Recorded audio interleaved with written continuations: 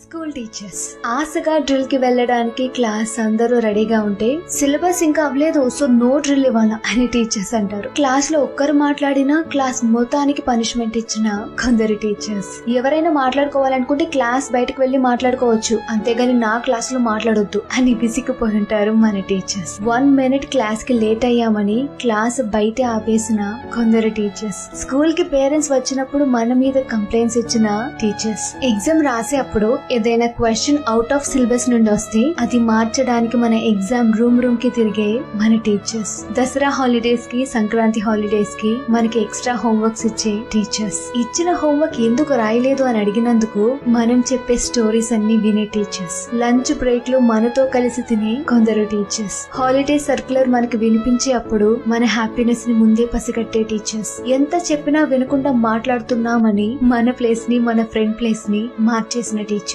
Time అయిపోయాక ఇంకొక 5 minutes అంటూ కాస్త ఎక్స్ట్రా క్లాస్ తీసుకునే టీచర్స్. ఇవాళ కొట్టినా పర్లేదు, రేపు స్టూడెంట్స్ బాగుపడతారు అనుకునే ఎందరో టీచర్స్. క్లాస్ చెప్తూ మధ్యలో మోటివేషన్ క్లాస్ మొదలు పెట్టే కొందరు టీచర్స్. ఇలా ఒక ఫ్రెండ్ లా సపోర్ట్ చేస్తూ, టీచర్ లా గైడ్ చేస్తూ, పేరెంట్స్ లా అవసరమైనప్పుడు శిక్షిస్తూ ఉండేది మన టీచర్స్. మన బ్యూటిఫుల్ స్కూల్ మెమరీస్ లో మన ఫ్రెండ్స్ పాత్ర చాలా ఉంటుంది. అలాగే మన టీచర్స్ కూడా ఒక స్పెషల్ రోల్ ప్లే చేస్తారు మన స్కూల్ మెమరీస్ లో. ఏమంటారు?